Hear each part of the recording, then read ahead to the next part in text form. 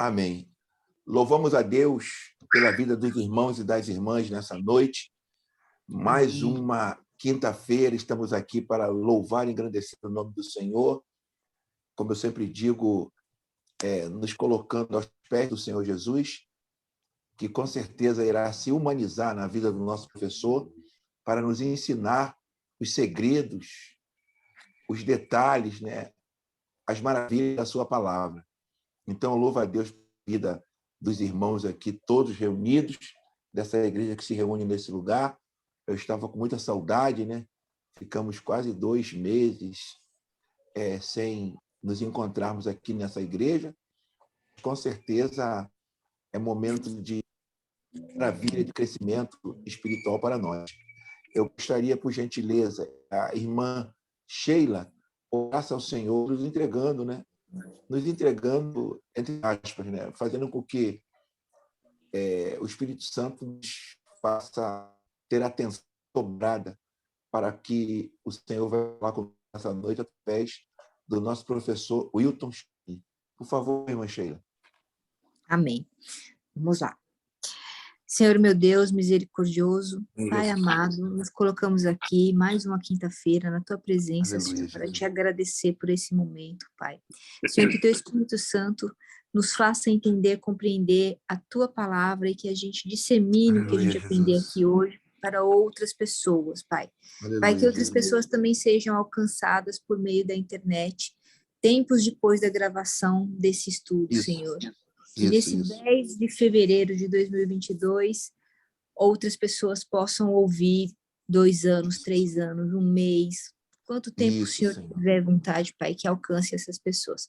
Pai, abençoa o amado professor Wilton Kine, que nós temos como irmão em Cristo, como teu servo, um exemplo de homem, Pai. Cuida, Senhor, dele, da família, cuida, Pai, do pastor Isaías, dos irmãos que estão aqui no estudo, daqueles que costumam participar, mas que hoje não puderam estar aqui por algum motivo, Senhor. Pai amado, protege, cuida todos nós, de todos os nossos familiares, Senhor. Nos protege do Covid, nos protege de outras pestes, de outras doenças aí desse mundo, Pai amado, e nos fortalece em Cristo, Pai, porque quando estamos fortes em Ti, Senhor, tudo que nos afeta cai por terra, Senhor. Senhor, nos fortalece na Tua graça, no Teu poder, porque o Senhor é o Rei dos Reis e é aquele que nós servimos e adoramos, ó Pai. Obrigada por tudo, eu te agradeço em nome do Teu Filho Jesus. Amém. Amém. Professor Wilton, por favor, deixando sempre avisado, né? Gostaria de avisar os irmãos que são novos aqui, antes agradecendo, né, a participação das pessoas que estão vindo a primeira vez, agradecendo a Deus pela sua vida, seja bem-vindo. E aqui nós temos uma dinâmica do professor ter a sua fala respeitada de meia hora, 20 minutos, e logo após será aberta as perguntas, e você pode perguntar dentro do limite de respeito, você pode perguntar o que você quiser, pode inclusive contraditar e discordar, fique à vontade, dentro do respeito, do comportamento cristão, tá bom? Então, por favor, professor. Amém. Boa noite, meus irmãos, a graça e a paz do Senhor Jesus. Vocês estão ouvindo bem? O som tá bom? Sim. Então tá bom. Vamos lá. Então, hoje, o nosso tema aqui é o Evangelho segundo Marcos. Como o irmão Isaías disse, vou fazer uma breve introdução e depois a gente vai conversar, vocês vão perguntar, fazer algumas considerações. E após o estudo, eu estarei enviando lá no grupo o material de estudo acerca deste Evangelho. Como a gente comentou na última quinta-feira, os evangelhos eles são muito ricos. Então, podem existir várias formas de nós lermos os evangelhos. Existem aí várias chaves de leitura desses evangelhos. Então, não existe a melhor forma, a melhor prática de leitura. A leitura dos evangelhos ela é enriquecedora. Eu vou passar aqui para vocês algumas formas de leitura, né? Isso não quer dizer que são as melhores nem as piores, mas são formas consagradas, são formas inteligentes, são formas que vão ajudar vocês a estudar melhor o Evangelho segundo Marcos. Então vamos lá rapidamente comentar com vocês, depois vamos considerar em conjunto aí as informações. O Evangelho segundo Marcos, ele foi o primeiro a ser escrito. Então ele já é muito importante por causa disso. Ele é o primeiro escrito dessa forma, evangelhos. Ele não é o primeiro escrito do Novo Testamento. Já comentou, as cartas de Paulo, né? Tessalonicenses, Gálatas, elas são as primeiras cartas a serem escritas. Paulo é o que inaugura a escrita no Novo Testamento da forma que nós temos hoje na Bíblia Sagrada. Mas os evangelhos, eles seguem depois, em função da necessidade das comunidades recordarem as palavras, os feitos, a pessoa de Jesus Cristo, segundo as dúvidas, os embates que haviam na comunidade, e aí, em função disso, os escritores, os redatores vão formular o que para a gente é chamado de evangelho. O Evangelho segundo Marcos, então, como eu disse, ele é muito importante porque ele é o primeiro. Então, a partir dele que vão surgir os outros evangelhos, e ele é escrito de uma forma muito objetiva, muito direta.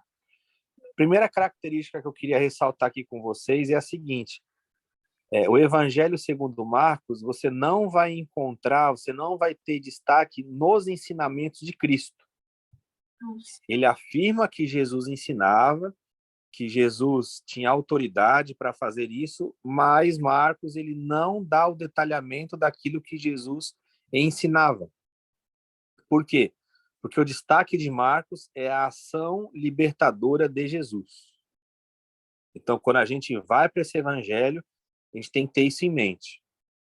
Quando eu quiser aprender, saber o que Jesus disse em detalhes, aí eu recorro a outros evangelhos, em especial, por exemplo, o Evangelho segundo Mateus, que a gente estudou na quinta passada. Lá a gente encontra o detalhamento dos ensinos. Aqui não. Em Marcos é dito, ele ensinava com autoridade, com poder, e é falado o que ele fazia, não o que ele falava. Então isso aí a gente tem que ter em mente. Você vê Jesus entrar nas sinagogas e agir.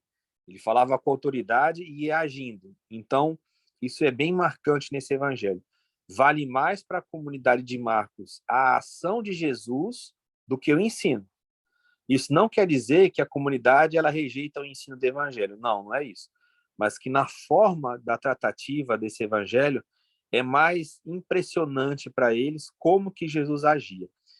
E qual que é a característica da ação de Jesus neste evangelho? Como que Jesus agia nesse evangelho? Se vocês pegarem a Bíblia de vocês, a partir do capítulo 1, logo no início, você vai ver uma expressão que ele é muito importante, né, que é dito assim: princípio ou começo do Evangelho de Jesus Cristo, né, o Filho de Deus. O que isso quer dizer? Olha que informação forte. Para a gente, com a nossa leitura de hoje, parece assim que é uma informação básica, né? Princípio do Evangelho de Jesus, o Filho de Deus. Mas para quem lia naquele ambiente tomado ali pela ideologia judaica, pela ideologia romana, quando você dizia assim, princípio do Evangelho de Jesus, aí já tem um choque. Por quê? Porque evangelho é uma palavra emprestada. Não foram os cristãos que criaram o termo evangelho. O termo evangelho já existia. O que era o evangelho? Esse anúncio da boa nova. O que era isso? Era quando o imperador ele conquistava a cidade, aí que acontecia? Vinha um arauto e anunciava que a paz romana havia sido estabelecida através da conquista das cidades por meio da guerra. Então, era por meio da guerra que se implantava a paz romana. E aí o arauto vinha e anunciava. Então, essa era a boa nova do Império. Era quando o imperador, com seus exércitos, conquistavam ali as cidades. E o evangelho, o início do evangelho está dando uma outra informação. Está dizendo que o evangelho agora, a boa nova, não é de Roma, não é de César, mas é de Jesus. E quem que é esse Jesus? Já no início diz, o Filho de Deus. Quem era considerado como filho dos deuses? O próprio imperador. Então veja que em um versículo, já logo no início, há um conflito. Para quem está lendo ali naquele ambiente, a informação é clara. a boa nova não é do imperador, é de Jesus, e ele é o verdadeiro Filho de Deus, e não os imperadores. Então, só aí você já vê como que esse evangelho ele é forte, ele é preciso, ele é rápido, né? Aí, em seguida, o que vem? Vem a pregação de João Batista. E aí, a partir daí, você vai sempre encontrar expressões assim, em seguida, logo, imediatamente. Então, você vê que essas expressões elas vão ligando os textos. Isso quer dizer o seguinte, que é um evangelho que ele é escrito para que se veja uma ação rápida. É um Jesus que ele é rápido até chegar no seu objetivo. Ok? Qual que é o objetivo geral, então, do evangelho? É mostrar quem é Jesus. Marcos, ele quer mostrar quem é Jesus. Só que aqui acontece uma coisa interessante. Toda vez que é dito quem é Jesus, até um determinado ponto deste evangelho, quando surge essa revelação, Jesus ele exige um silêncio. Pode observar. Esse silêncio é chamado silêncio messiânico. Então, o que é isso? Quando alguém descobre quem é Jesus, quando alguém revela quem é Jesus, ele manda calar. Por exemplo, na sinagoga, os demônios lá falam quem Jesus é. Que ele é o Santo de Deus, o Filho de Deus. Então, ele chega e manda os demônios calarem a boca. Que eles fiquem em silêncio. Quando as pessoas são curadas, ele fala, não diga isso a ninguém.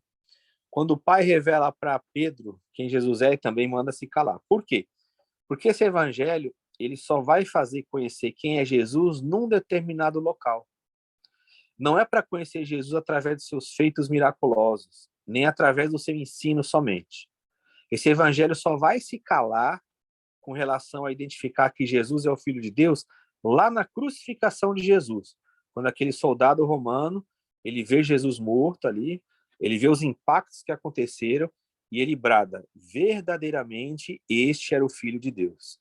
Então o evangelho ele começa lá em Marcos 1:1, com a informação de que Jesus é o Filho de Deus, e ele vai até lá Marcos 15, do 39 em diante, para mostrar que um romano reconheceu que Jesus era Filho de Deus. E ali não há silêncio. Por quê?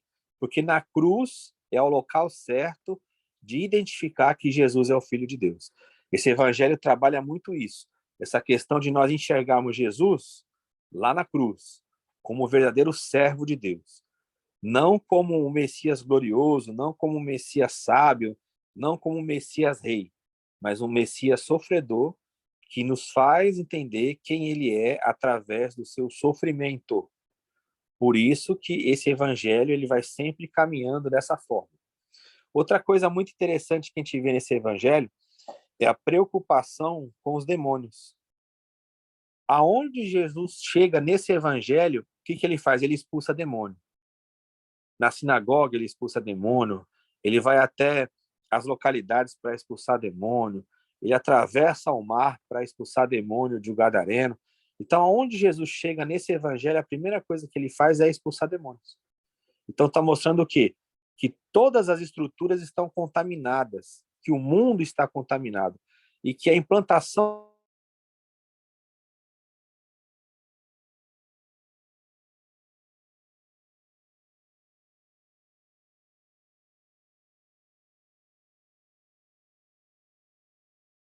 do rei, que é de fato a expulsão de demônios. Né?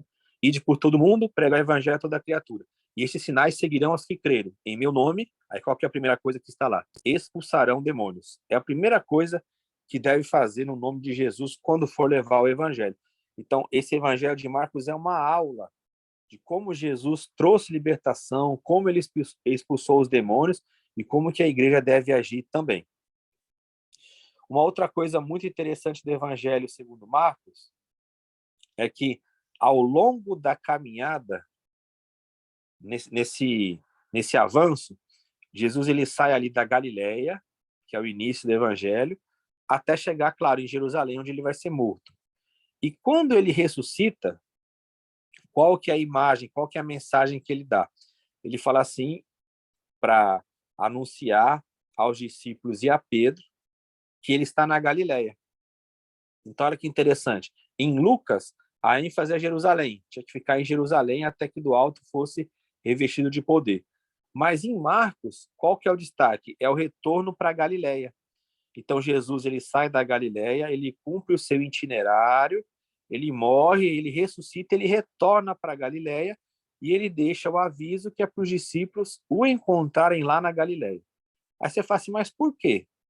Porque o que vai acontecer? Qual que é o ensinamento aí? É que os discípulos eles vão seguir o mesmo caminho de Jesus, a começar da Galileia até expandir o evangelho para o mundo todo. Então, esse evangelho, de fato, é seguir os passos de Cristo. Então, se ele começou na Galileia, pregar sua mensagem, os discípulos também devem fazer a mesma coisa.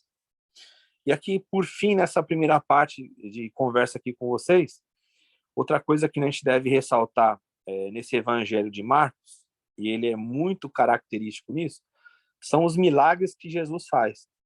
Aqui, como eu disse para vocês, não tem um ensino direto, você não ouve os discursos grandes de Jesus. Então, como que a gente aprende acerca do ensino de Jesus? É através da pedagogia dos milagres. Você vê que cada milagre que Jesus executa tem um ensinamento ali. Principalmente, nesse evangelho, os milagres de cegueira. Os milagres de cegueira eles são fundamentais nesse evangelho, por quê? Porque o contexto ali, o que está envolvido ali é o seguinte, os discípulos eles ainda estão cegos para enxergar quem é Jesus. Os discípulos eles brigam ainda por cargos, né? Eles estão buscando saber quem é o maior. Os discípulos não entendem as coisas que Jesus faz. Os discípulos não conseguem ter paz andando com Jesus, aquela questão do barco. Então, assim, os discípulos eles ainda não têm a mente iluminada, eles ainda estão cegos. Então, esse evangelho trabalha muito a questão da cegueira para mostrar isso, que não adianta andar somente com Jesus. Isso não garante que você vai ter os olhos abertos, mas que você precisa estar atento aos sinais que Jesus dá. Você precisa estar aberto à voz do Espírito. Então, Jesus ali ele oferece várias pistas para isso, né? Ele enfatiza o valor de uma criança, ele coloca ali a questão do serviço, ele fala que na comunidade é para a comunidade se alegrar com as provações, com as perseguições, que se na comunidade você perder pai, mãe, irmãos, família e posses e bens, você encontra na comunidade 100 vezes mais do que você perdeu. Então, esse evangelho, apesar de não ter muitos ensinos, de não ter aqueles discursos ampliados de Jesus, como a gente encontra, por exemplo, no Sermão do Monte, lá em Mateus, ele ensina muito da sua pedagogia através dos milagres. Então, quando a gente vê Jesus operar milagre, você vê frases curtas de Jesus ali, mas que elas produzem um profundo significado. Quando ele, por exemplo, ele pergunta para um cego, né? O que quer que eu te faça? O que você quer que eu te faça? Pode parecer uma pergunta muito óbvia. Se ele é cego, ele vai querer enxergar. Mas não é bem simples assim, não. Você vê que é uma pergunta que faz com que a pessoa ela venha confessar a sua necessidade. Porque para aquele cego, por exemplo, para ele deixar de ser cego, ele tinha que abrir mão de algumas coisas. Então, esse evangelho ele mostra muito isso. O seguimento de Jesus, você tem que estar aberto para essa mensagem e para as consequências do servir a Cristo. Então, você encontra essa revelação de quem Jesus é no início, ele já fala que Jesus é o Filho de Deus. No meio do evangelho, você vê a comunidade identificando quem Jesus é, através daquela revelação dada a Pedro. E no final, através do soldado romano, que ele confessa que Jesus é o Filho de Deus. Então, essa boa nova, esse evangelho, ele é o primeiro, Marcos, né? Então, ele vem para mostrar o quê? Quem é Jesus? As comunidades estavam enfrentando problemas com relação a isso. Muitas imagens foram criadas acerca de Jesus. Muitas imagens erradas acerca do messianismo de Jesus. Então, Marcos, essa comunidade de Marcos, né? Essa teologia marcana, como nós chamamos, precisou enfatizar quem de fato é Jesus. E fazendo a transposição para os nossos dias, isso é muito importante. Estava conversando hoje com o irmão Isaías sobre isso. A necessidade da igreja hoje retornar para o evangelho, para saber quem Jesus é. Hoje a gente vê muitas mensagens, muitos cristos sendo apresentados. Mas qual que é o Jesus que nós devemos seguir? Qual que é a vida cristã? Né? O que é a verdadeira vida cristã? É uma vida de moralidade? É uma vida de riqueza? É uma vida de pobreza? É uma vida de autoconhecimento, pouco conhecimento? O que é o reino de Deus em Jesus? Então, esse evangelho, ele é muito importante para isso, para nós sabermos quem é Jesus. Essa comunidade, ela precisou resgatar a imagem de Jesus, porque o tempo foi se passando, as perseguições foram seguindo, aquele ambiente do Império Romano, os próprios judeus perseguindo, falsas perspectivas sobre a vinda de Jesus, sobre o sucesso da igreja, né? Então, eles precisaram resgatar isso. Quem Jesus é? Qual foi a mensagem que ele deixou? Como que é o segmento de Jesus? Isso vai nos levar aonde? Como que isso está no nosso dia a dia? Quais são os valores desse reino? Então, nesse evangelho, que ele é muito direto, muito rápido, né? Como eu falei para vocês no início, é sempre em seguida, prontamente, e logo depois, embora ele sendo rápido, ele mostra o Jesus caminhando rápido, esse Jesus, através das suas atitudes, ele ensina o que é o reino de Deus e quem ele é. Amém? Vou passar aqui para o irmão Isaías. Amém, amém. Maravilha, irmão Hilton, esse início da sua fala, muito interessante. E já anotei aqui umas coisas aqui. Muito interessante. Vamos crescendo no Senhor, com o Senhor. E eu gostaria de já abrir, como é de costume, para os amados irmãos perguntarem, né? Tirarem as suas dúvidas. E eu queria já iniciar aqui para incentivar os irmãos a perguntarem também, né? Perguntando ao irmão Hilton, quando diz aqui, princípio do Evangelho de Jesus Cristo, poderia dizer que ele era ungido para os judeus? Sim. Ungido para os judeus? E aí que está, filho de Deus, seria para os gregos também? Poderia fazer essa... Alguns fazem essa distinção, Isaías, mas Isso. Se você observar, essas duas expressões, elas atendem tanto os ambientes judaicos como os ambientes gentílicos, né? Se você disser que Jesus, ele é o Messias, né? Ele é o Cristo, isso aí tem a ver com os judeus, mas o Filho de Deus também, porque o Filho de Deus, se você observar, quem que eram considerados os filhos de Deus? O próprio rei, né? Você pegar o Salmo 2, por exemplo, lá fala, tu és o meu filho, hoje te gerei. O autor aos Hebreus vai aplicar a Cristo, claro. Isso. Mas na época que foi escrito, o que os reis eram identificados? Como filhos de Deus. Então isso vem para mostrar a realeza de Jesus, que ele é diferente da perspectiva que eles imaginavam.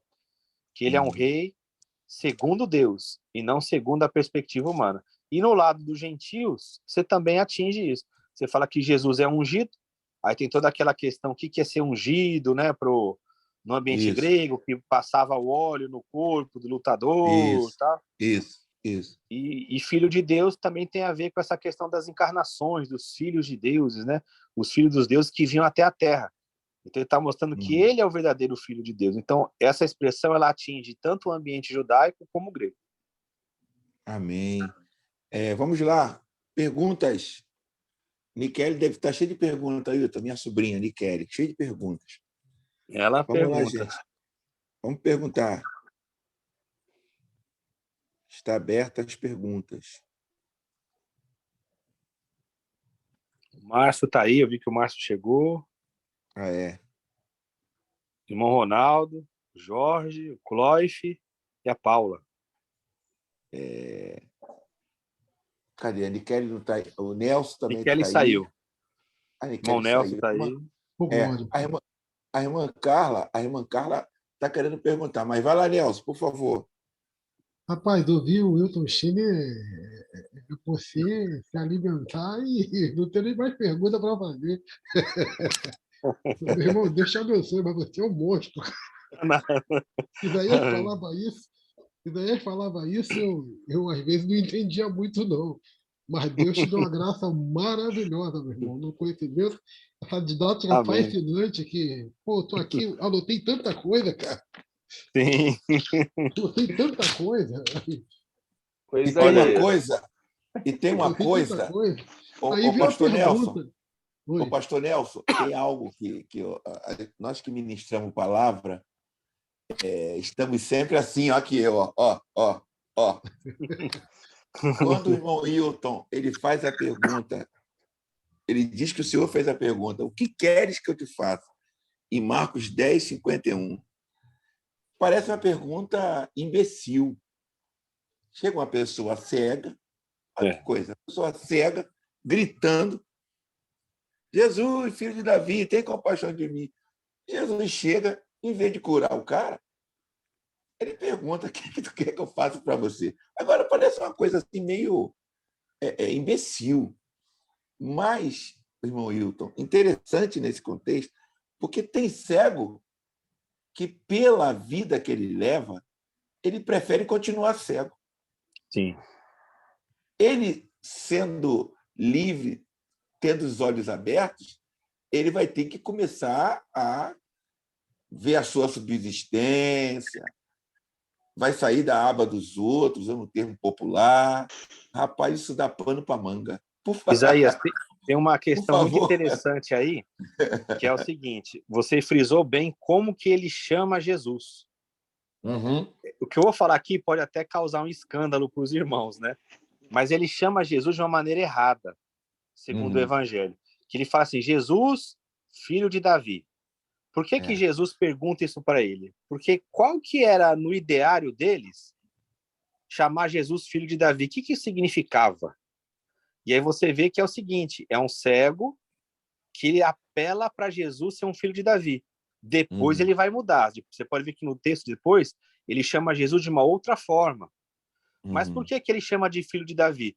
Porque ele, sendo um mendigo em estado de miséria, ele apelar para um rei, um descendente de Davi, ele haveria de ter alguns privilégios ali. Né?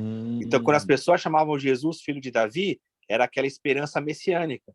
Olha, vai chegar aí o filho de Davi, o homem que vai reinar, que vai colocar os pobres para frente, que vai alimentar a multidão, que vai trazer a riqueza, que vai ser o Davi definitivo.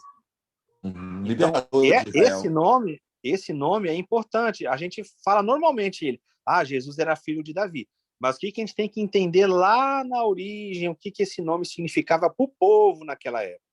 A esperança do povo. Isso. Aí você pode ver que depois ele muda o nome, né? Ele não chama Jesus de filho de Davi. Ele vai mudar depois. Wilton,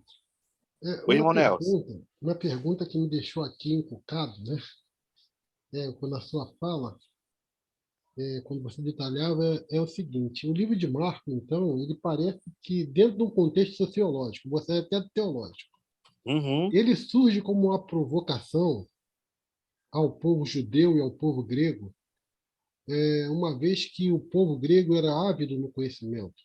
Sim. E o povo judeu também, com a característica dos doutores, tudo isso. Sim. E aí Jesus vem trazendo a questão da libertação, mostrando a questão de um poder na contramão desse sentido. Essa provocação, cara, ela deve ter custado assim alto preço da perseguição para os cristãos, né? Eu fico imaginando isso. Olha que interessante isso. Vamos achar o texto aí em Marcos 1, por gentileza, e vê se é a partir do versículo 21, quando Jesus está na sinagoga. Isso aí vai dentro do que o irmão Nelson disse. Olha que interessante. Vou pegar aqui também. Eu quero ver como é que está na Bíblia de vocês. É uma informação muito pesada, só que pouca gente repara nisso. Quer ver? Que interessante. É quando ele está na sinagoga. Vamos ver lá. Marcos 1. Eu já aprendi isso aí. Né? Só para lembrar o que você falou aí, Wilton. Você disse uma palavra fantástica que hoje faz parte da nossa linguagem, né? Até mesmo dentro de uma ideologia geral, tá? A questão da estrutura, que Jesus veio para mexer com essa estrutura contaminada quando ele libertou o diabo, né? Confronto de poder. Por isso que eu falei sobre essa questão de provocação. Sem dúvida. Isaías. Aqui é um exemplo claro desse aqui. Quer ver? Isaías. Oi. Tu não vai falar que ele estava na sinagoga, não, né, Isaías? Ele estava em outro lugar, né? Que temos nós? Olha que Vamos interessante. O verso 21. Eu vou ler aqui na minha versão para vocês verem. Tá assim, ó. Marcos 1, 21. Entraram em Cafarnaum. E logo, ó, a expressão logo aí, tá vendo? E logo no sábado... Urgência. Urgência. Indo ele à sinagoga. Ele teve que ir na sinagoga. O que ele fazia lá? Ele ensinava. Mas o que ele ensinava? Marcos não mostra. E fala assim, maravilhavam-se da sua doutrina, porque os ensinava como tendo autoridade e não como os escribas.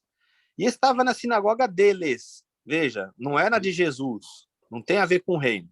Na deles, um homem com um espírito imundo, o qual exclamou dizendo, que temos contigo, Jesus Nazareno? Vieste destruir-nos? Bem sei quem és, o Santo de Deus. Olha que interessante como tem uma alteração aqui. É um homem com espírito imundo. Quando ele vai falar, no início do verso 24, ele fala no plural. Ele fala assim, que temos contigo, Jesus Nazareno? Vieste destruir-nos? Aí ele vai mudar a voz do plural para o singular. Ele fala assim, bem sei quem és, o Santo de Deus. Ou seja, quando ele fala no plural, ele fala representando ele ali e a sinagoga. É a voz da sinagoga. É a voz do espírito maligno que operava na sinagoga. Então, o dito da sinagoga era o dito do espírito imundo. O espírito imundo falava na sinagoga. Agora, quando ele identifica Jesus, ele não fala nós. Ele fala bem sei. Por quê? É só o espírito maligno quem sabe quem é Jesus. O pessoal da sinagoga não sabe. Então, a sinagoga está repleta ali de ensino maligno, da voz do diabo, e agora Jesus vem para acabar com isso. Isso é profundo, Nelson. Espírito conhece espírito, né, meu irmão? Exato. Conhece espírito. O homem não consegue discernir. Não consegue. O homem carnal. Isso. Rapaz, é tremendo isso aqui. Isso aqui é tremendo. E ele vai, onde ele chega, tem demônio, ele vai expulsando. Ou seja, para Jesus está tudo empesteado. Para Jesus não tem lugar bom, é só o reino de Deus sendo implantado. Hilton, exatamente. Professor, oi. Você está falando muito sobre comunidade. Hoje a gente Sim. se enquadraria em qual comunidade dessas 4? A nossa realidade no Brasil. Eita. Ô, Hilton, a consciência da sinagoga era satânica. Eu anotei aqui. A consciência da sinagoga. Sem dúvida. É lógico, uma sinagoga que não aceita Jesus é satânica. Agora, você quer ver? O Márcio falou sobre o que nós seríamos hoje. Olha, é duro falar isso, né? Porque a gente não pode falar de uma maneira geral, porque a igreja está espalhada no mundo todo. É só você pegar, por exemplo, Apocalipse, lá tem 7 igrejas que elas estavam perto geograficamente, mas cada uma com uma realidade totalmente diferente, né? Agora, o pessoal aí, Márcio, que faz essas análises, eles falam que a nossa geração é uma geração muito parecida com Laodiceia, que tem um discurso rico, né? Não temos falta de nada, temos tudo, mas Jesus está batendo a porta lá. Está falando assim, eis que estou à porta e bato. Então, assim, é duro falar isso porque você sabe que tem localidades que tem irmãos que estão vivendo o evangelho, né? Fazendo grandes coisas para Deus. Agora, se você olhar o nosso entorno, o que você vê às vezes são programações que se dizem cristãs que Jesus nem é citado. Aí você fala, como que pode ser cristã? Você passa ali na reunião, o nome de Jesus não é citado. O pessoal não tem interesse em Cristo. Falam muito, e o interessante é que falam muito de Moisés, muito de Abraão, e como se falam muito de Davi, e como se eles vivessem uma religião, o judaísmo. Dentro disso que você está falando, Isaías, e aí respondendo também para o Márcio, eu vejo, Márcio, que uma carta que ela é urgente de ser estudada é a carta de Paulo aos Colossenses. Porque o que acontece ali? Se você observar dentro disso que Isaías falou, você pegar, por exemplo, Colossenses 2,19, Paulo fala que o problema central de qualquer igreja é aquilo. Colossenses 2,19. Toda igreja que se afasta disso aí tem problema. Esse versículo pode ser usado em qualquer igreja que se afastou de Cristo. Então, o que Paulo fala ali? Olha, vocês não estão ligados à cabeça. É uma igreja, mas não está retendo Cristo. Esse é o problema. Quando não retém Cristo, aí o que ocorre? O que ele fala nos versos anteriores e nos posteriores. O que ele está combatendo ali? Por isso que eu falo, que tem a ver com muito o que a gente está vivendo hoje. Ele fala palavras persuasivas de sabedoria humana, vãs filosofias, retorno ao judaísmo, dúvidas do gnosticismo, culto dos anjos, misticismo, doutrinas humanas. Então, esse capítulo 2, ele mostra vários problemas que existiam naquela época, porque Colossenses 2,19, eles deixaram de reter a cabeça, e que a gente pode ver hoje com uma nova roupagem. É a mesma coisa com uma nova roupagem. Como você fala para mim assim, Márcio, teologia da prosperidade, teologia coach, teologia da batalha espiritual, teologia dos espíritos territoriais, teologia da guarda do sábado. Quando você trata de todas essas teologias aí, se você for no capítulo 2 de Colossenses, você vai ver lá. Só que tem outro nome, né? Hoje vem uma nova roupagem, mas a essência é aquela. Como que ele começa o capítulo 2? Ele fala assim, olha, tudo que é mistério de Deus está lá em Cristo. Lá está escondido o quê? O mistério da sabedoria, do conhecimento, da inteligência espiritual. Está tudo em Cristo. Por que vocês estão buscando em outros locais? Porque eles foram convencidos. Através do quê? Palavras persuasivas, vãs filosofias, as coisas que eram para ser sombras e que se tornaram realidade. Olha que interessante, no Colossenses 2,17. A realidade de Paulo é a igreja. Isso é muito lindo, que ele fala assim, tudo isso é sombra, mas a realidade é o quê? O corpo é Cristo, né? Cristo é do corpo. Então, a realidade de Jesus está onde? Na vida da igreja. Só que essa vida da igreja, o que acontece? Se ela abandonar o encabeçamento de Cristo, aí vai entrar todas essas mazelas que ele descreveu aí. Aí você fala assim, o autor aos Hebreus também passou pela mesma coisa. O que o autor aos Hebreus tem que fazer? Aí se encaixa na palavra que o Isaías diz. Ele tem que mostrar lá que Cristo é superior a tudo. Aí ele começa, Cristo é superior aos anjos, Cristo é superior a Moisés, Cristo é superior a Josué, Cristo é superior ao sacrifício do Antigo Testamento, Cristo é de um sacerdócio que é superior ao sacerdócio levítico, que é o sacerdote segundo a ordem de Melquisedeque. Por quê? Ele estava igualando a Jesus a essas coisas aí, a Moisés, a tudo. Então o autor aos Hebreus tem que falar, olha, Jesus ele é superior a tudo isso. Então tudo aquilo que eles enfrentaram lá, a gente enfrenta aqui novamente. É a mesma coisa. Ô, Hilton, me preocupa muito, até nas minhas ministrações, a questão do Velho Testamento. Eu aprendi isso contigo, de sempre ter Jesus como a figura principal das ministrações. Você pode começar no Antigo e falar de Jesus, sem problema. Exatamente. É o que Pedro fez no Pentecoste, né? Exatamente. Pedro pregou o Antigo Testamento apontando para Cristo. Exatamente. Agora no versículo 19 de Colossenses, aqui se entende que há um crescimento, um inchaço, não vindo de Cristo, no final aqui. Cresce o crescimento que procede de Deus. Esse é o que vale. Esse é o que vale, não o crescimento que não procede de Deus. Exatamente. E o que você vê de igrejas aí com 2 cultos, 3 cultos, entendeu? E que você vai e você não sente Deus ali. É um inchaço. Você se acha, Nelson, você se acha um pecador, tu fala, Jesus, eu estou aqui dentro, o meu espírito não está tranquilo aqui, eu estou com o meu espírito turbado aqui dentro, e todo mundo dando glória, aquela coisa toda, e o cara bota aquela estola sacerdotal no outro, o outro pula, o outro cai, e o cara e tal, você está ali, tu fala, Jesus, quantas pessoas aqui, Jesus? E o cantor canta lá e recebe aí, a senha aí. Aí, tu fala, Jesus, eu não estou sentindo o Senhor aqui.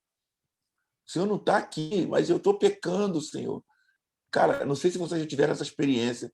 Eu já tive essa experiência. Às vezes eu tenho isso me deixa muito mal. sabe? É só Jesus. Por favor, as perguntas, por gentileza, irmãos. É interessante porque nós temos dois tipos de igreja, né? Que é a igreja visível e a igreja invisível. A igreja visível é aquela que todos os olhos humanos podem contemplar, mas a igreja invisível é aquela que os olhos de Deus contemplam, aquela que vive a essência do Evangelho de Cristo, né? E é interessante, Wilton, também baseado na tua fala, eu estava aqui pensando o seguinte, que é um vazio de Deus muito grande no meio do próprio povo, né, dele. Uhum. Quando eu lembro de Amós, se eu não me engano, Amós ele fala que afasta de mim o estresse do teu cântico, que eu não ouvirei as melodias das tuas liras, né? Sim. E a gente ouve aquele canto, mais de ti, menos de mim, né? Isso. A gente vê que nesse mundo antropocentrista, né, que a gente vive, que o homem quer Isso. sempre dar atenção, é esse assalto à pessoa de Cristo que querem fazer, como fez a igreja de Laodiceia. O homem Isso. tornando o centro da atenção, tentando jogar Cristo de lado. Eu uso o teu nome com objetivo próprio, por interesse Isso. próprio. Então, você tem hoje toda uma motivação contrária nesse sentido, né? Aí a gente vê um homem que foi considerado por Jesus o grande profeta, que foi João, e ele fala o seguinte: é necessário que eu diminua, olha só, É. e que ele cresça. Aleluia. É uma mensagem que a gente tem que Aleluia. ser mais atual. Glória a Nós Deus. precisamos ministrar essa mensagem mais sobre isso. Que Sim. ele é o maior e nós somos os menores. E aí a gente pensa nessa questão que é perigosa. Eu estava meditando muito essa semana sobre isso. Qual é o grande problema dos intelectuais cristãos? Uhum. A vaidade. É. E aí você tem um fator complicador nisso. É muito fácil expulsar um demônio de uma pessoa. Uhum. Chega mais libertar o homem da vaidade. É. Que muitas vezes é complicado. Aí a gente tem altares contaminados. Exato. Nelson, a soberba é a pior coisa que eu conversei com o Hilton isso e com o Márcio um dia desse. A soberba, ela anda colada em mim, em você, no Hilton. A soberba, ela anda aqui na pele colada. Você tem que sai daqui, sai daqui, sai daqui, o tempo todo. Imagina o Hilton, imagina o Hilton aqui, imagina o Brian, Hilton. Exato. Aquele material que tu mandou para mim, imagina o Brian, sabe? Numa situação dessa, como ele... sabe? E eu já convidei ele.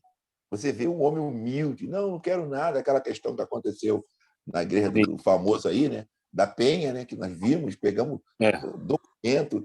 As pessoas não acreditam que o cara não quer dinheiro. As pessoas ofendem o cara porque ele não quer. É a obra de Deus. Entendeu? Então, Isaías, vou falar uma coisa. demais. Quando você não é um produto do meio, você se torna alvo de ataque. Entendeu? Por isso que eu acho que esse ensinamento que o Hilton está trazendo do Evangelho de Marcos, ela tem essa provocação. Nos livrar, confrontar com o nosso próprio ego, entendeu? E pensar, qual área da minha vida que eu preciso ser liberto? Exato. Exatamente. Isso.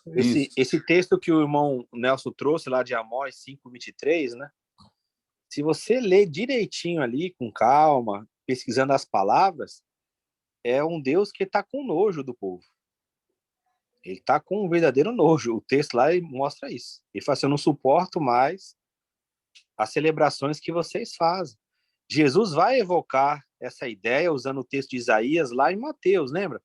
Quando ele fala assim: olha, vocês me honram com os lábios, mas o coração de vocês está longe de mim. Por quê?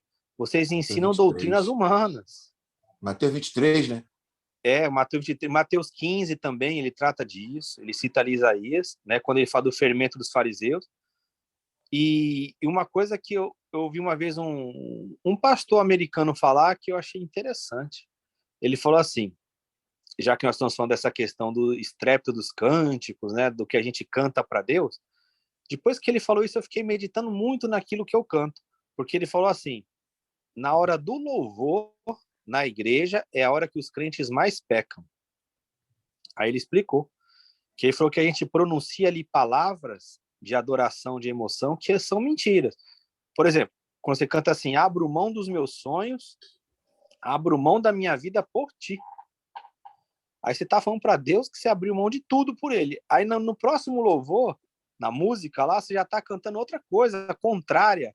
Eu quero que Deus Restitui. realize isso. Restitui. Exato. Eu quero Então, de assim, volta o que é meu. não tem coerência. Você está dizendo assim, se Cristo comigo vai, eu irei. Aí Cristo manda você ir visitar uma pessoa na sua rua, você não vai. Imagine você ir para um campo missionário. Então, por isso que ele falou isso, eu reparei muito. As letras das músicas que a gente canta podem ser declarações mentirosas para Deus. Isso é muito perigoso. Você também trouxe uma questão bem interessante, Wilton, de Jesus, que ele sempre procurava se tornar invisível, né? Visível naquilo que ele fazia, não? Ele conseguia ter o controle do próprio ego nessa questão. E por que ele fazia isso? Que a gente, nos nossos dias atuais, quando nós olhamos, como as pessoas adoram uma visibilidade, rapaz, estar nas pautas, entendeu? Aparecer. E aí, veja bem, parece que o ensinamento de Jesus não tem poder sobre a vida dessa pessoa por causa da vaidade do ego, da vontade de ser maior e não menor. Vou te contar uma. Acho que eu já contei para o Márcio e para Isaías isso. Aí para a Sheila também. Vocês percebem que o material que eu envio para vocês, eu não coloco o nome de nada, né? Aí teve uma pessoa que chegou para mim e falou assim, você tem que botar o seu nome no material. Aí eu perguntei, mas por quê? Não, porque as pessoas têm que saber que foi você que fez. Eu falei, não, mas a intenção ali não é para que as pessoas saibam, é que ela leia e não se prenda ao nome de ninguém, né? Ela leia o material, se ela quiser repassar, ela repassa. Eu sei que a pessoa discutiu comigo, discutiu, chegou uma hora que eu fiquei quieto, falei, não, você tem razão, eu deveria ter colocado o nome mesmo para acabar com a discussão, porque a pessoa não aceita. E é cristã, né? Se fosse uma pessoa que não era cristã, você entenderia, né? Tá trabalhando de bobo, não sei o que, aí você entende. Mas são pessoas cristãs que não adianta você usar essa questão de, não, irmão, tudo tem que ser para Deus, para a glória de Deus, não adianta. Hoje em dia, tem que aparecer você na história.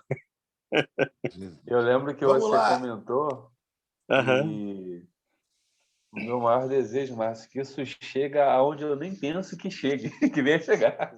Que eu nem saiba. Eu nem saiba. Um dia uma geração teve encontro com isso. Isso. Né? E nem sabe quem escreveu, quem foi o homem que escreveu isso. Eu lembro que glória a Deus, glória a Deus.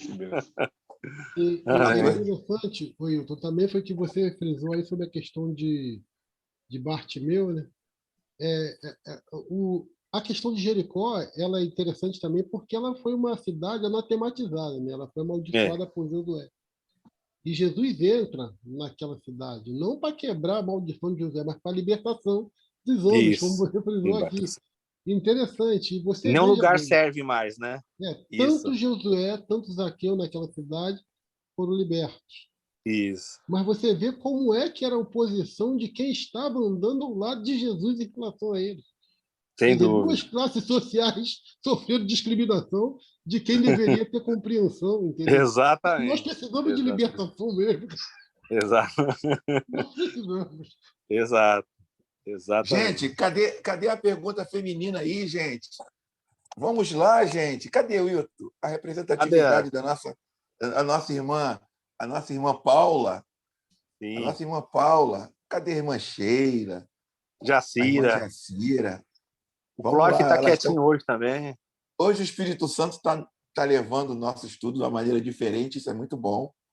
Estamos crescendo, aprendendo com os comentários.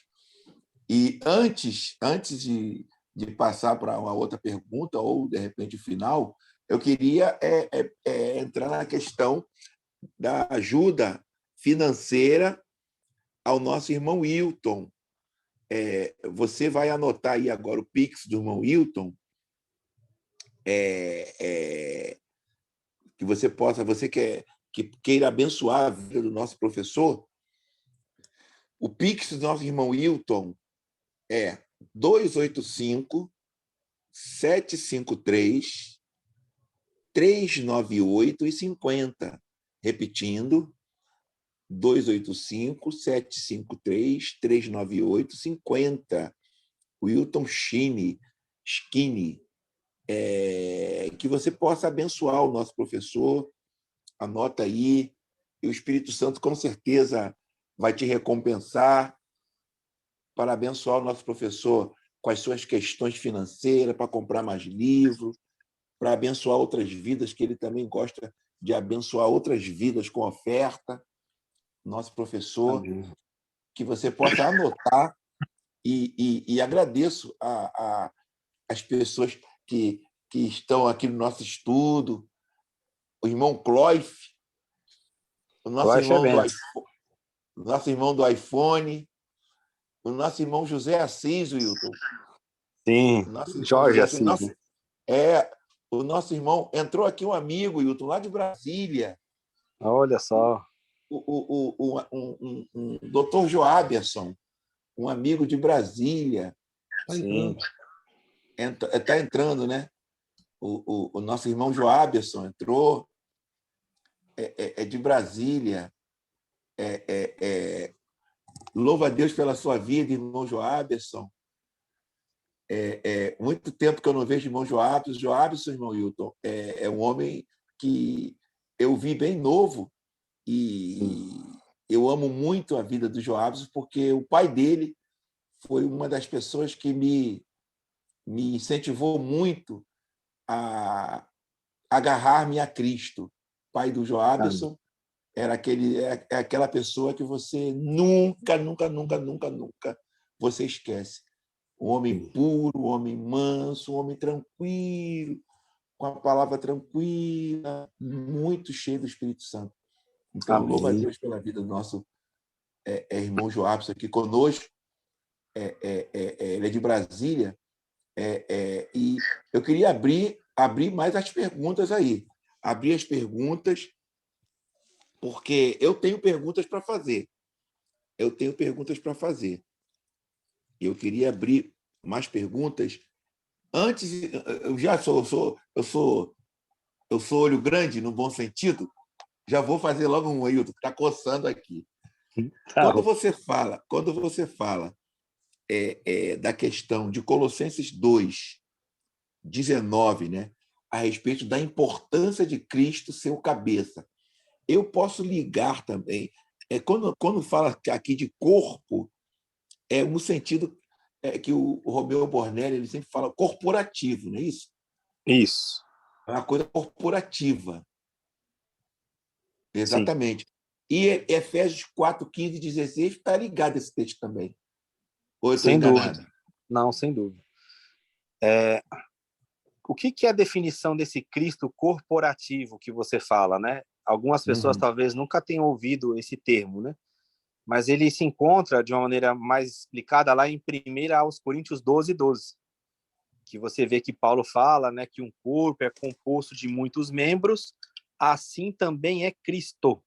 Aí as pessoas falam, mas o corpo que tem muitos membros não é a igreja? É a igreja, mas a igreja é o corpo de Cristo. Então ali Paulo fala que é Cristo no sentido do Cristo corporativo. Entendi. Que é o Senhor com a sua cabeça, que sendo a cabeça, e nós, os membros, não há divisão entre esse corpo está unido. E como que esse corpo cresce? Aí é esse trabalho de Efésios 4 que você diz. Se você observar em Efésios 4, no verso 3, fala que nós temos uma unidade, no verso 3, que é a unidade do Espírito. Nós devemos guardar essa unidade do Espírito pelo vínculo da paz, ok? Essa unidade nós todos já temos em Cristo. Fomos batizados num só corpo. Mas existe uma outra unidade, que é a unidade-alvo. Eu tenho que caminhar da unidade do Espírito para essa outra unidade. Qual que é a outra unidade? É do verso 13. Então, eu salto do 3 para o 13. O que tem no 13? A unidade da fé. Da fé. Isso. Esse é o alvo. Até que todos cheguemos à unidade da fé. Então, esse é o alvo. Como que eu vou chegar até lá? Unidade da fé, pleno conhecimento do Filho de Deus, a plena varonilidade, estatura de varão perfeito. Como que se dá isso? Através do ensino. Verso 14 vai dizer que se nós somos edificados como o corpo de Cristo, você não vai ser mais menino, sendo inconstante, levado em roda por todo o vento de doutrina. E aí que vem os versos 15 e 16 que você citou, que é o crescimento orgânico. Todos vão trabalhar e todos vão fazer com que o corpo cresça, na verdade, em amor. Operação de juntas e medulas, uma trabalhando em função da outra. É um trabalho corporativo, é um trabalho orgânico que vai dar o crescimento do corpo. Esse crescimento é o mesmo crescimento que você leu em Colossenses 2,19, o crescimento de Deus. Esse é o crescimento de Deus. Wilton, ele é orgânico, ele é interno. Isso. Gente, vou fazer outra pergunta, você me perdoa. Sabe como uma crise que eu tenho às vezes? Quando eu vejo ali a igreja de Corinto, que era uma igreja com vários dons, etc., Sim. e muitos erros que nós entendemos ali em Corinto, e Deus fala minha igreja. Minha igreja. E você chega também lá no Velho Testamento, em Ezequiel 37, os ossos secos, vales lá dos ossos secos, e o Senhor fala meu povo. Me explica um pouco isso, por favor, Hilton. A igreja de Corinto é o melhor exemplo de uma igreja vacilante, que cometia pecados gravíssimos, mas que não deixou de ser povo de Deus, não deixou de ser propriedade de Deus, né? O cuidado de Deus. Então, por isso que nós temos que ter todo esse cuidado ao falar do povo de Deus, a falar da igreja, porque a igreja mesmo não é nossa, ela é de Deus, e ele que cuida. Nessa mesma carta, Paulo vai falar de uma maneira simbólica, usando ali a lavoura, né, a edificação, e ele vai perguntar quem é Paulo e quem é Apolo. Não são ninguém. Quem é Deus que dá o crescimento. Então, mesmo com toda a dificuldade, mesmo com todos os problemas, o povo é de Deus e ele vai atingir o objetivo dele, através das correções, das exortações, de todo esse cuidado. E isso gera dor, né? Não somente em Deus, mas também nos edificadores. Se você olhar, por exemplo, Paulo escrevendo aos Gálatas, no capítulo 4, verso 19, ele fala: filhinhos, por quem de novo sinto dores de parto, até que Cristo seja formado em vós, né? Por quê? Porque era uma igreja que começou no espírito e voltou para a carne, voltou para os mandamentos da lei. Aí Paulo tem que colocar lá de novo o fundamento. E aí ele usa uma palavra muito forte, né? Ele fala indoutos, que na realidade seria imbecis, quem vos enfeitiçou, né? Para que abandonasse esse caminho. Então, ali na Galácia foi o judaísmo, os judaizantes, e em Corinto, o que aconteceu ali? Uma frouxidão. Era um povo que tinha todos os dons espirituais, tá lá em 1 Coríntios 1:7. É um povo que começou a se dividir através das suas linhas teológicas, né, dos seus pregadores preferidos. Então, uns falavam que eles eram de Apolo, de Paulo, de Pedro e de Cristo. E através dessa divisão, o que acontece? Não vai crescendo, não vai edificando. Aí Paulo não pôde tratá-los como espirituais, mas como carnais. Tinha problemas gravíssimos, tinham questões que eles tratavam diante de juízes iníquos. Paulo pergunta: vocês não sabem que vocês vão julgar os anjos? Vai julgar o mundo? Vocês não conseguem julgar as coisas pequenas? Tinha ali aquela relação de incesto. Mas veja, mesmo com tudo isso, o que Paulo vai dizer? Olha, vocês outrora tinham essa mentalidade, viviam isso, mas vocês foram resgatados, vocês foram limpados no sangue de Jesus. Então ele vê, olha que visão tremenda. Mesmo com todas aquelas falhas, Paulo enxerga aquele povo como igreja de Deus. E ele tem um cuidado, né, de tratar aquele povo. Talvez se fosse eu, se fosse você, a gente fala assim: isso aí não é igreja não, isso aí tem nome de igreja, mas não é igreja. Mas Paulo chama aquele povo de igreja. E ele vai trabalhar conceitos profundos. Veja, ele diz que ele não pode falar como espirituais, né? Ele tem que dar o leite. Mas mesmo dando leite, ele trata ali de assuntos profundos. Por quê? Era uma igreja que se voltou muito para os dons e não para o fruto do Espírito. Já na segunda carta, quando ele escreve, você vê que ele já não trata mais do assunto dos dons. Na primeira, os dons estão em destaque. Na segunda carta, aqui que ele trabalha os serviços, os ministérios. Ele fala do homem, o que é o homem espiritual. Então, ali é uma autobiografia de um homem espiritual, comparando todo o serviço dele com o serviço dos falsos obreiros, dos falsos apóstolos. Amém. Gente, e qual o nosso próximo estudo? Vamos lá. É Lucas. É Lucas, né, Wilton? A gente vai seguir essa ordem, é Lucas. Amém, amém. Então, vamos falar sobre Lucas. Mais alguma pergunta, gente? Eu tenho uma pergunta. Orar também aí. Por favor. Fala, Joaberson. Opa, Tem alguém falando aí. Acho que eu interrompi. pode ir. Não, pode ir, Joaberson. Ah, assim, diante daquilo que... Como é que é o nome do irmão Wilton. aí? Wilton. Irmão Wilton. Professor Então, Wilton. irmão Wilton. Eu tenho uma visão com relação à igreja, eu queria, assim, só para confirmar se realmente... eu creio que, né, se é isso mesmo, né? Porque o que ocorre? Como foi falado aqui, eu peguei o finalzinho, mas deu mais ou menos para entender. O tema é Marcos, né? Isso. Sobre Marcos, né? O livro de Marcos, Isso. Evangelho. Então, o que ocorre, né? Eu já sou cristão há um bom tempo aí, né? Mais de 20 anos. E não estou vinculado a nenhum grupo cristão, nenhum grupo religioso. Eu simplesmente sigo, prossigo desenvolvendo a minha fé na minha casa, com minha família e com alguns irmãos que também não estão vinculados a nenhum outro grupo também. Aí a gente costuma reunir junto, a gente assiste algumas mensagens. Você falou de Romeu Bornelli, Sim. é um irmão que eu conheci, tive contato com ele. Vários irmãos de São Lourenço, parece que vai ter uma conferência também recentemente. Aí, já estou me preparando para ir. Christian Então, Shen, aquele pessoal todo, né? Christian Shen conheci. Da linhagem de Christian Shen, né? Não conheci, não, mas eu já ouvi falar muito bem dele. Sim. Então, e eu fiz parte do grupo, não sei se o irmão conhece, um grupo grande aqui também, que é da linhagem do Dong Yulan, que vem de Witsley. Eu gosto muito, Árvore da Vida, né? Árvore da Vida. Eu fui muito tempo lá, e fui missionário na Amazônia, fui missionário na África, e chegou um tempo que houve um problema que não deu mais para seguir, que começou a misturar muitas coisas comerciais e eu não consegui acompanhar e, no fim, acabei na condição que estou hoje, né? Sim. E o que eu tenho praticado, assim, e tem me dado assim, muita paz, né? Olhar a igreja, aí eu vou falar um pouco da mesa do Senhor, né? Que a gente costuma partir o pão aqui, o final de semana, aqui na casa dos irmãos, às vezes na minha casa, na casa de alguém aqui, algum que queira abrir sua casa para partir o pão.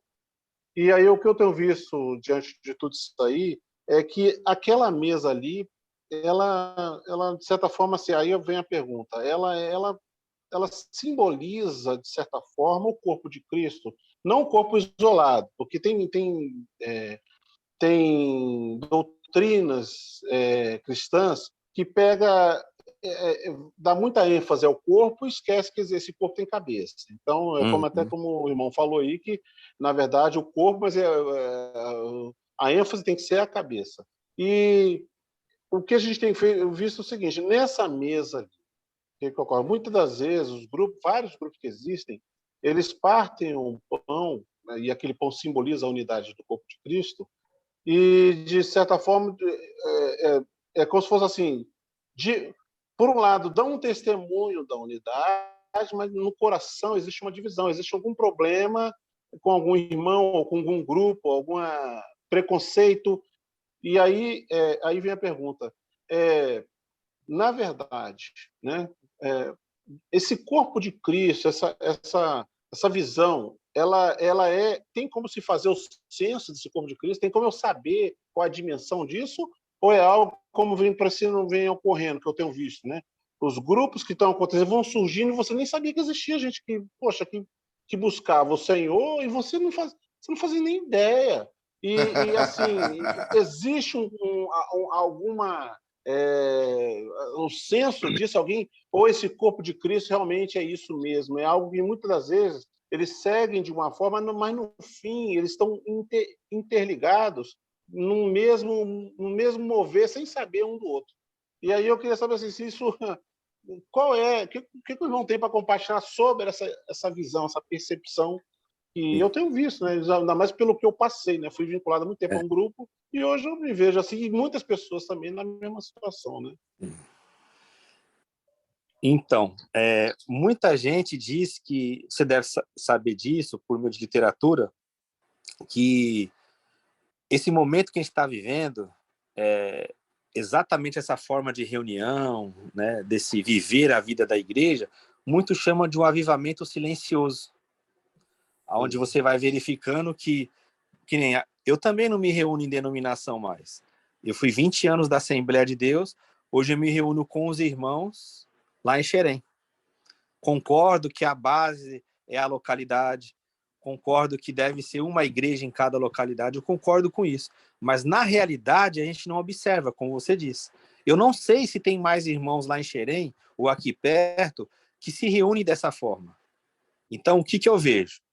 Dentro disso que você está perguntando na mesa do Senhor.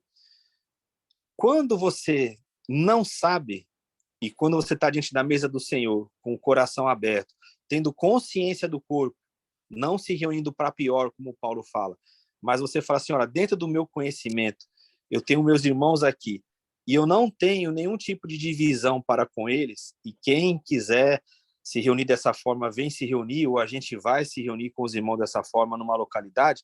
Quando eu creio que a consciência está pura dessa forma, a gente, de fato, está ali partilhando da unidade do corpo de Cristo. Porque eu não sei, que nem eu não sabia que você existia. Então, assim, agora eu conheço um irmão que ele se reúne dentro da visão do corpo de Cristo. Não coloca nenhum nome humano sobre ele. É um irmão que está vinculado à cabeça, que se reúne com outros irmãos somente debaixo do nome de Jesus. Então, isso que a gente tem como sendo a igreja, né? O corpo de Cristo. Agora, se existe na minha localidade alguém que se reúne dessa forma e algum fator ali está causando divisão, como, por exemplo, uma visão acerca das línguas estranhas, uma visão acerca do batismo, uma visão acerca da soteriologia, aquela questão arminianismo, calvinismo, e isso traz uma certa divisão, isso traz o que eu me afaste de meu irmão por causa de um ponto desse, aí eu vejo, meu irmão, que de fato a unidade já está rompida. E vou além. Como que a gente vai identificar, por exemplo, quem é corpo de Cristo numa igreja católica? Você concorda que possa ter alguém dentro de uma igreja católica que professa o nome de Jesus, faz parte do corpo de Cristo, mas está dentro de uma ideologia católica? Você entende isso que eu ia falar. Isso? Madame Guyon. Já ouviu falar de Madame Guyon? Isso, sem dúvida, sem dúvida. Madame Padre Guyon, Fenelon. Fenelon, esses místicos que influenciaram muito, desde a do Francisco de Assis, por exemplo. Você vai pegar a própria história do Evan Roberts, né, que teve lá o encontro com a Jessie Penn Lewis, aquele avivamento, a gente vai dizer que não era de Deus aquilo? Então você vê como que isso é amplo. Particularmente, eu acho que é muito difícil ocorrer esse ajuntamento, mas eu não acho impossível. Assim como o Senhor ele tem aberto a mentalidade de muita gente em vários locais. Quem está falando aí, ó, eu conheci o Romeu Bornelli. Sabe onde eu levei o Romeu Bornelli aqui no Rio? Isaías sabe. Dentro de uma Assembleia de Deus para ensinar.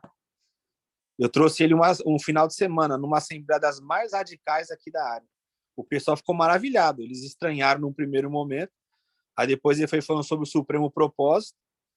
Aí o pessoal da Assembleia falou para mim assim, traz esse homem de novo. Tal. Então, e uma vez eu perguntei para ele acerca disso. Né? Eu era da Assembleia lá. Eu falei, e aí, eu saio? Ele falou, você está ensinando, você está tendo oportunidade de trazer o evangelho, filho. No momento que você vê que vai sofrer uma perseguição violenta, que você não vai ter mais comunhão com os irmãos, aí é o momento de você sair. Isso aí ocorreu em 2016. O que aconteceu? O que aconteceu. Então, Jobs, eu falo para você, eu estou vendo que muita gente está acontecendo isso. Você vê, agora eu conheci mais um grupo. Eu sempre converso com Isaías. Pessoas vêm procurar que falam assim, eu estou me reunindo dessa forma. Eu falo, não sabia. Eu participei de reunião geral aqui no Rio de Janeiro, até o Gerson lá de Minas, não sei se você sabe, da editora lá, né, o Gerson Lima, ele veio aqui no Rio de Janeiro fazer uma reunião geral.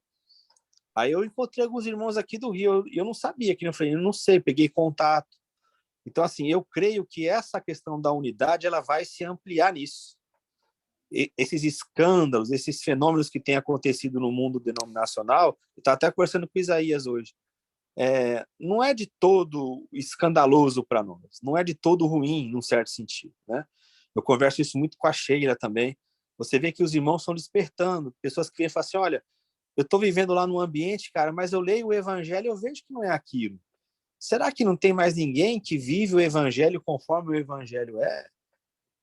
Então, Joberson, veja assim, A sua Irmão questão é Ailton. muito fundamental, porque, assim, eu vou encerrar, Isaías. Ela é fundamental porque nós precisamos invocar essa unidade do corpo. É só através dela que o corpo vai crescer, vai amadurecer. Agora, como isso está acontecendo, tem uma irmã chamada que é a irmã Maria, ela se reunia aí também, junto dos irmãos no Rio, não sei se você conhece. E ela falou uma coisa... Como é que é? Uma morena? Uma morena, ela mesma. Eu sei quem bem é, alegre. conheço ela. Sabe? Conheço.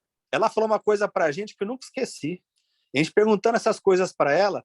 E aí, irmã Maria, como que é isso? A senhora nunca foi de Os denominação? irmãos aí do Rio me conhecem. Esses da Ah, Árvore que da Vida. legal. Aí ela falou assim, irmão, o senhor, ele vai trabalhar igual a abelha faz na colmeia. Ele vai reunir as abelhas dele. Fique tranquilo, ela falou isso para mim. Fique tranquilo porque o Espírito trabalha de maneira que surpreende a gente. E eu falei assim, é verdade. Então, a sua pergunta é fundamental, porque a realidade do corpo ali na mesa do Senhor é uma realidade pouco conhecida. Você vê, tem gente que participa ali e não sabe o que é aquilo, não sabe o que é discernir o corpo. Acha que discernir o corpo, eu tenho que me lembrar aqui da morte de Jesus só. Não, não é isso. Discernir o corpo é a realidade do corpo de Cristo. É se reunir para melhor e não para pior. Né? Amém. Só uma pergunta, por favor. em cima disso.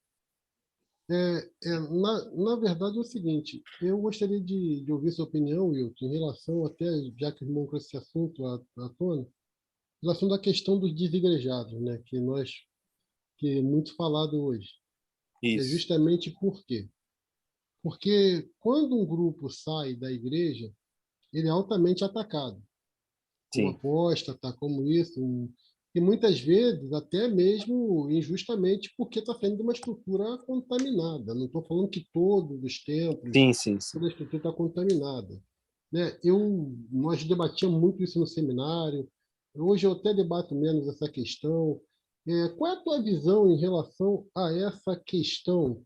Uma vez que nós temos esse grande debate ainda dentro e o medo de uma liderança de perder algumas pessoas influentes e que essa pessoa leve outras com ela para fora da estrutura do templo. Sim. Vamos lá, Nelson. Tem uma questão aí de designação da palavra, né? Por exemplo, desigrejados. Esse é um termo totalmente equivocado, porque não tem como alguém ser desigrejado. Ou ele faz parte do corpo de Cristo ou não faz, né? O que existe é um termo até um pouco difícil de falar, né? Mas seriam pessoas que são desinstitucionalizadas ou desdenominacionalizadas, né? Elas não fazem parte de uma organização, de uma instituição religiosa ou de uma denominação, mas isso não quer dizer que essas pessoas não fazem parte do corpo de Cristo. A gente tem até que separar bem isso. O que é fazer parte do corpo de Cristo e o que é fazer parte de uma denominação. Então, assim, eu não julgo os irmãos que estão na denominação, mas, para mim, eu sou muito da linha, o Jobson deve conhecer ele, lá do Theodore Austin Sparks, né? O Austin Sparks. Ele fala uma coisa que é muito interessante. Ele fala assim, que quando você está debaixo de um sistema denominacional, o seu crescimento em Cristo ele é limitado. Por quê? Porque você está debaixo de um ordenamento humano. Querendo ou não, o que vai prevalecer ali não é o encabeçamento de Cristo, é a regra denominacional.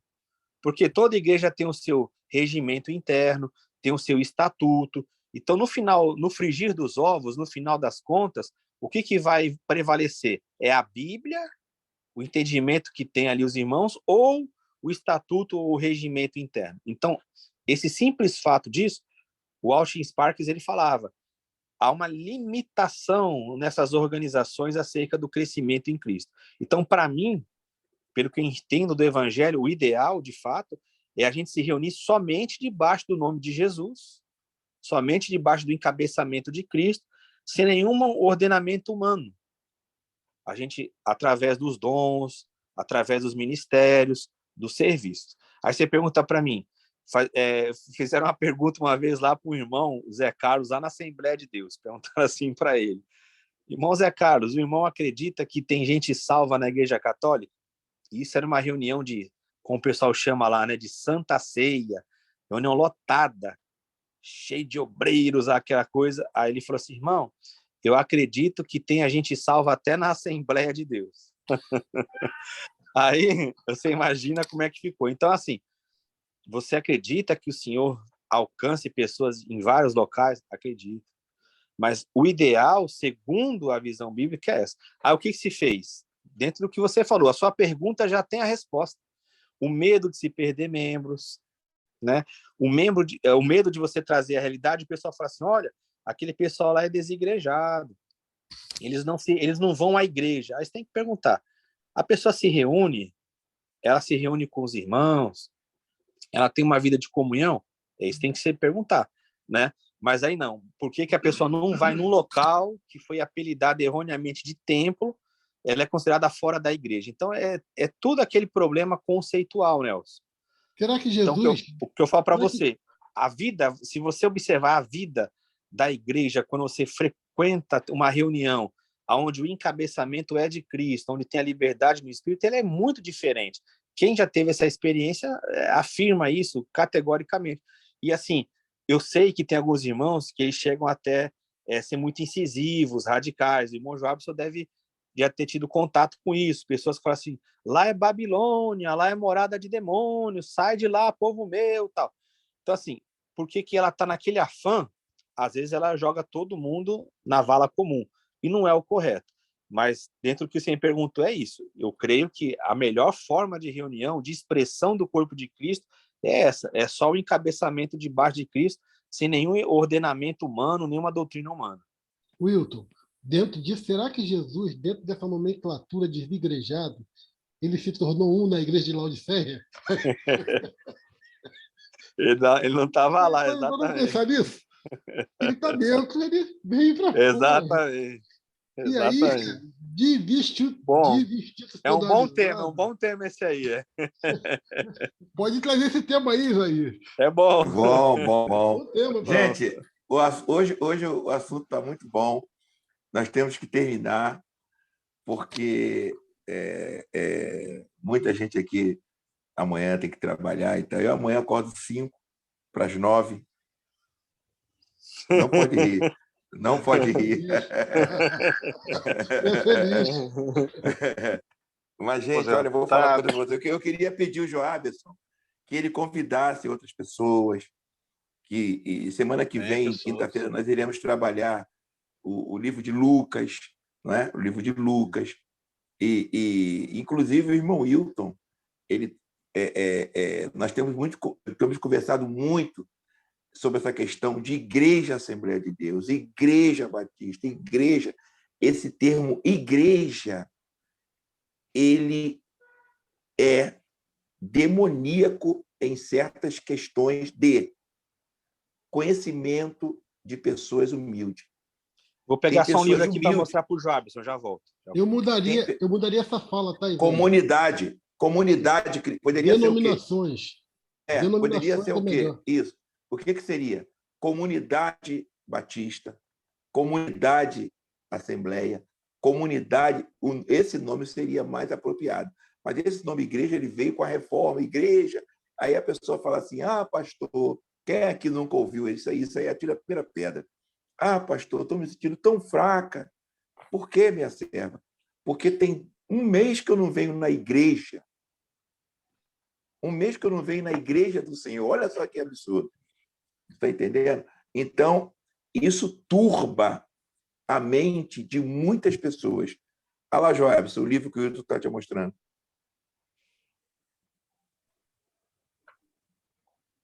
Qual o nome, Conseguiu Wilton? ver?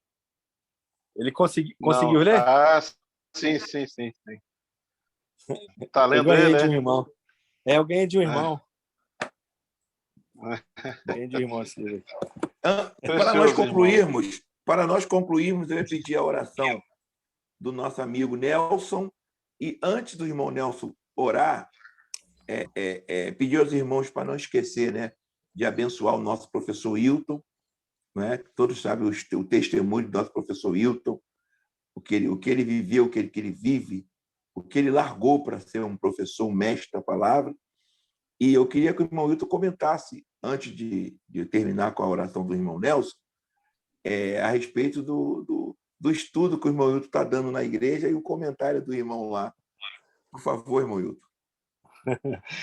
o irmão falou lá que não sabe ainda como continua ensinando lá, porque eu não fui expulso. Aí eu falei assim, é por causa do evangelho, né? Tudo é graça de Deus. Se a gente for convidado a sair, a gente vai sair em paz, em alegria, sem condenar ninguém. Mas a gente prega o evangelho. Tá lá, o Jonathan que acompanha, né? Que o Jonathan é de lá. E a gente sempre trata, às vezes a palavra é dura, como o evangelho é, mas sempre trata os irmãos em amor, né? E eu falo para vocês, eu sou a pessoa mais simples para vocês me repreenderem, para refutarem. Mas tudo tem que ser feito na palavra. Se você me convencer na palavra, eu mudo na hora.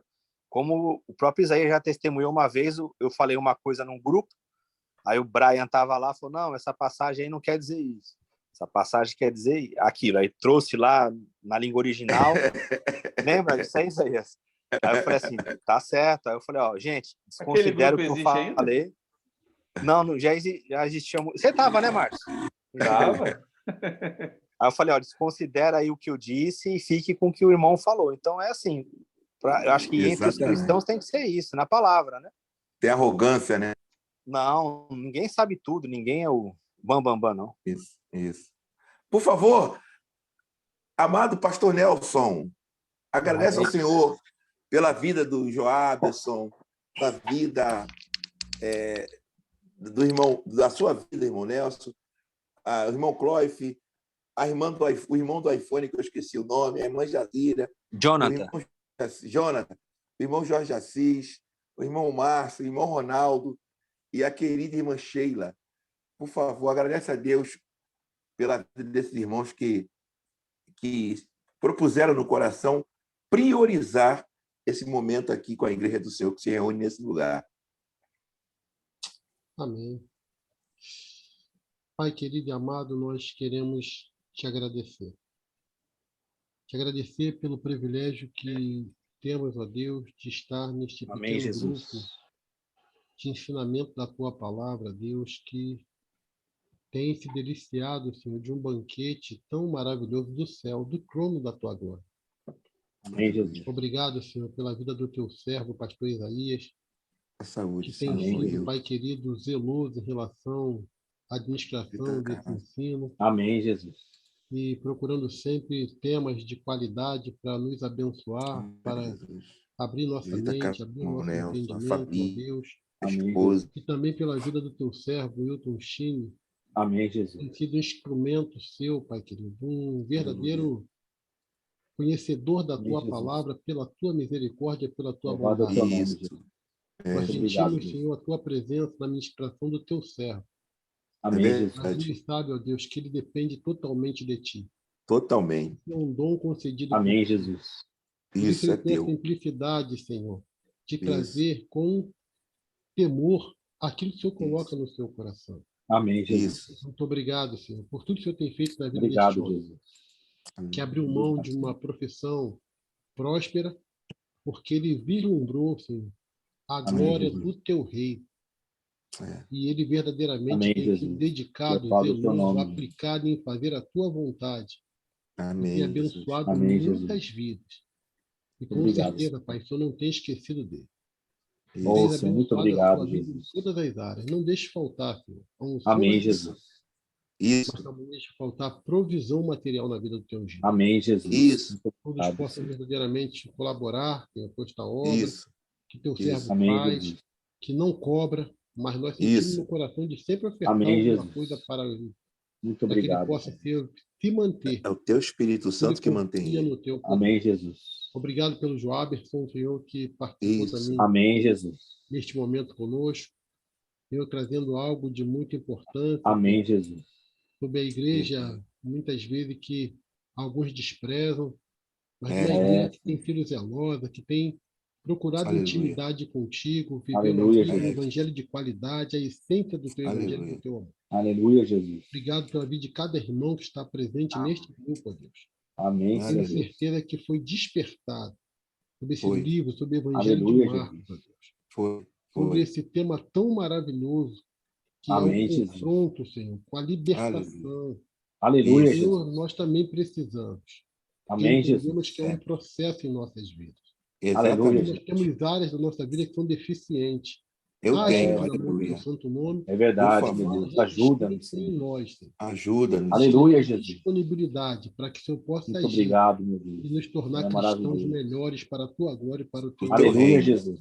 Nos dê uma noite Muito abençoada, obrigado. uma noite vitoriosa, uma semana de paz. Por Aleluia, favor. Livre Jesus. todo o laço do inimigo, do maligno, Senhor. Todo. Em Proteja nossas nome Amém, de vidas Jesus. e continua, Senhor, nos abençoando para que Aleluia. possamos Aleluia, ser Jesus. úteis em tuas mãos, para poder Aleluia. anunciar o teu amor, a tua misericórdia, a tua Aleluia. bondade. Para Aleluia, aqueles que Jesus. quiser. E também para trabalhar nessa obra de libertação das mentes, em Isso. nome de Amém, Jesus. Jesus. Muito obrigado, Pessoas Senhor. que ainda estão fechadas, Louvado é o teu nome, falta Senhor de Deus. conhecimento, mas que o Senhor possa nos fazer ir até ela, para anunciar Amém, as Jesus. boas novas da tua salvação. É isso Aleluia, que Senhor. nós te agradecemos. No nome do teu Filho amado, Jesus Cristo, que vive e reina para sempre. Amém. Amém, Jesus. Amém. Amém, Jesus. Irmãos, tem a cantina aí, tá, Jobs? A cantina com um salgadinho aí que eu trouxe. Mas não demorem muito não, amém, irmã Sheila? Deus abençoe. Amém. Até quinta-feira. Até, tchau, gente. Fica na paz. Amém. Amém. Deus abençoe. O banquete foi Paz, a forte. paz. O banquete foi forte hoje. O banquete foi Amém.